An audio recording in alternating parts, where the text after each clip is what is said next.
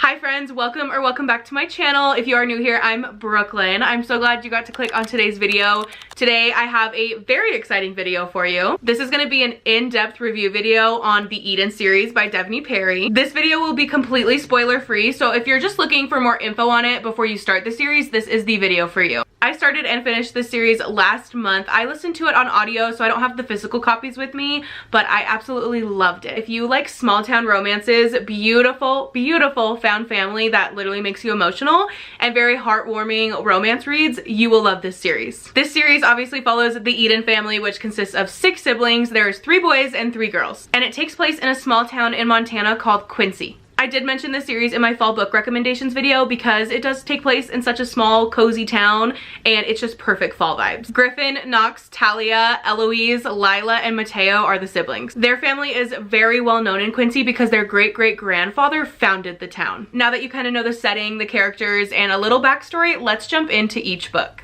The first book is Indigo Ridge. This one follows Griffin, who is the eldest Eden sibling, and he also runs the family ranch. Then we have our female main character, Winslow. She just moved into town and just got hired on as the town's chief of police. They end up meeting on Winslow's first night in town at a local bar, where they do end up hooking up without knowing who the other person actually is. When they do find out who the other one is, they aren't too thrilled about it, but obviously it's a small town, so they are going to run into each other. It's inevitable, so they're not too thrilled about that. They decide to be friends with benefits, but obviously you know where that goes. Feelings start to form, and it gets pretty deep pretty quickly. Winslow, again, is the chief of police, so her job actually throws her into a string of suspicious deaths that no one is really talking about or caring about, except for Winslow. Griffin is one of the people who's not taking it very seriously, so he isn't like helping too much, but when she starts digging and things start coming to light, he does end up helping her a little bit, and some things hit really close to home for some characters. This was my first romantic suspense book, and I absolutely loved it. I ate it up. I gave this book 5 stars. It's also marked safe from a 3rd act breakup, which we love. Next is book 2, which is Juniper Hill, and it's my personal favorite in the series. This book follows Knox and Memphis. Knox is a hot, tatted chef,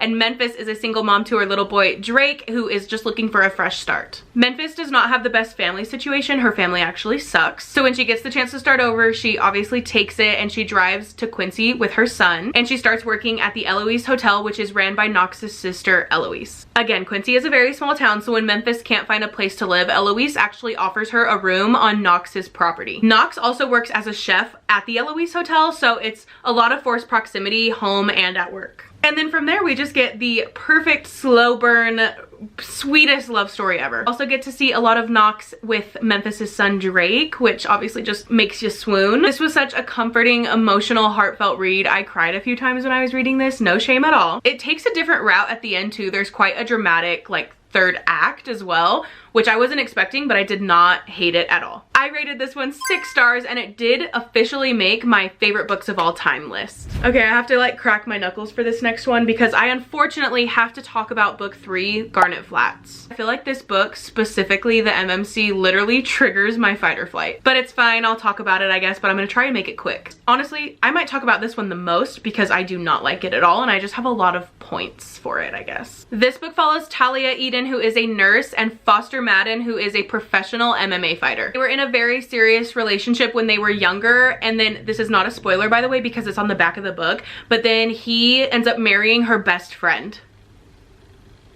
Please sit with that for a second, because when I read that, I already knew there was no way I was gonna like this man no matter what. Then he decides to randomly show up in Quincy and turn her world upside down. I can't say too much more without spoiling anything, but I will give you some of the reasons I did not like him / this book. His reasoning for literally everything made absolutely no sense to me. Their communication was horrible.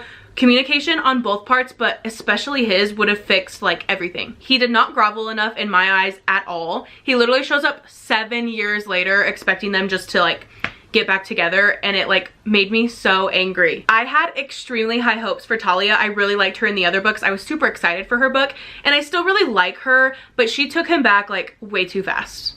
I also don't think her family reacted in a way that the reader would have thought based on the other books. The Eden family is extremely close, so when they found out like everything that happened with them, I am so surprised that they just took Foster in and didn't even really care what he did to her. There were parts of this book that made my stomach literally hurt. Like I was ill. I did read the whole thing because I love Devney Perry's writing, but I just did not like the MMC. Originally, I gave this book a 2.5 star reading, but I am changing it to 2 because just talking about it again makes me upset. My Goodreads review for this is pretty long, and literally the first sentence on it is, "This book ruined my day."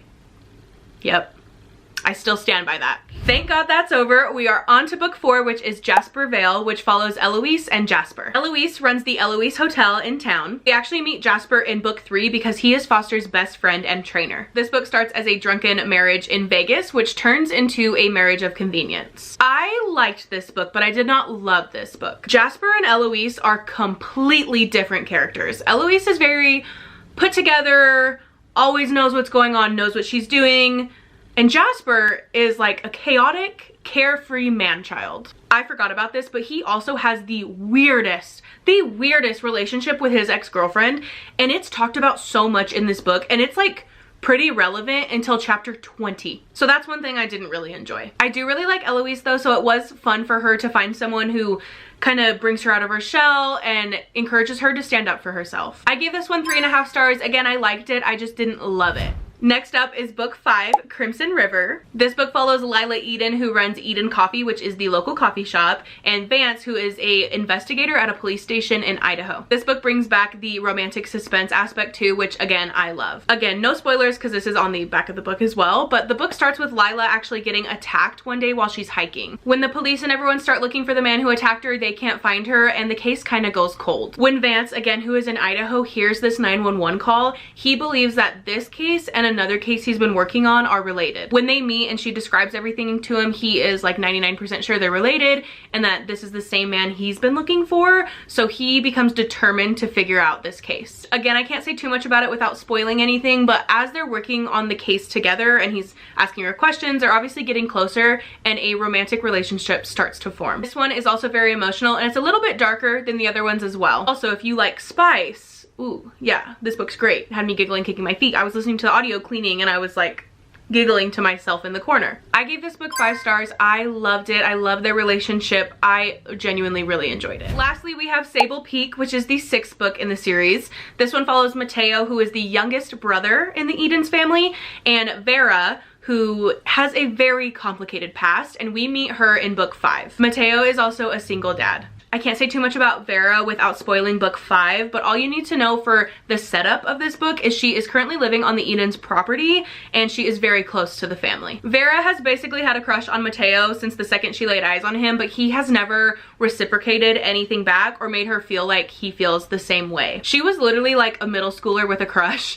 and I thought it would bother me, but I actually thought it was really cute. This girl literally manifested this man, I swear. Also, the first 11 chapters in this book are in Vera's point of view, and I love Vera, but it kind of made me feel a disconnect from Mateo. While reading the other books, Mateo kind of gave like wild child, black sheep of the family, and I did feel a little robbed while I was reading this because we really didn't get to see that side of him, which is the side we've been seeing in all the other books, if that makes sense. But basically, she's had these feelings for him, and when he finally figures out how she feels, things start to slowly change. Their relationship is definitely friends to lovers. It is very heartwarming and sweet. A lot of healing in this book too, and it was beautifully written. You get to see the Eden family come full circle in this book too. I was so emotional at the end of it. There are also 2 novellas that I have not read yet, but I do plan on it. I believe one of them follows their parents. Their parents have a novella, and I'm not sure what the other novella is about. I think it's about like an outside couple coming in and we get to kind of see the Edens again, but I'm not 100% sure, so don't quote me on that, but I do plan on reading them eventually. That was a little summary and my reviews on all 6 of the books in the Eden series. It's ranking time. We are gonna rank the MMCs, the FMCs, and the couples / books. We are gonna start with the male main characters. I bet you can't guess who's last on this list. Just kidding, you totally can. So let's just put him there.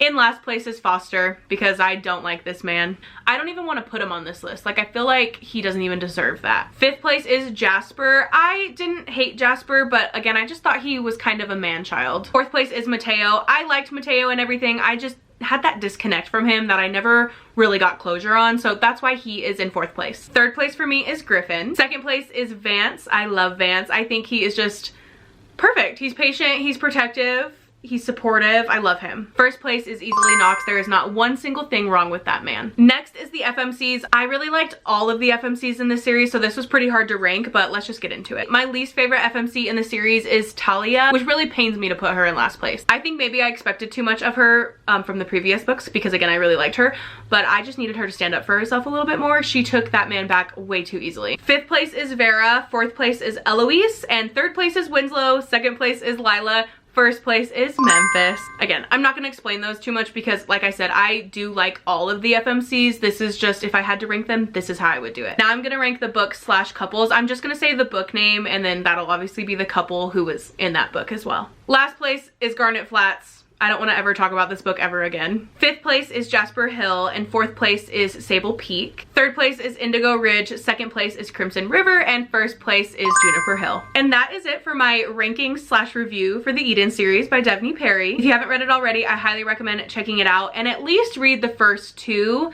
See how you like those, and then you can see if you want to continue. But the first two are so good. Honestly, if you want to cut it in half, just do books 1, 2, and 5. But I do recommend reading the series as a whole because it is so bittersweet and heartwarming, and I had a great time. Let me know if you guys like this kind of video because I definitely can do more of these. I've read so many series that I could talk about forever. Make sure you give this video a thumbs up and subscribe, and I'll see you next time. Bye!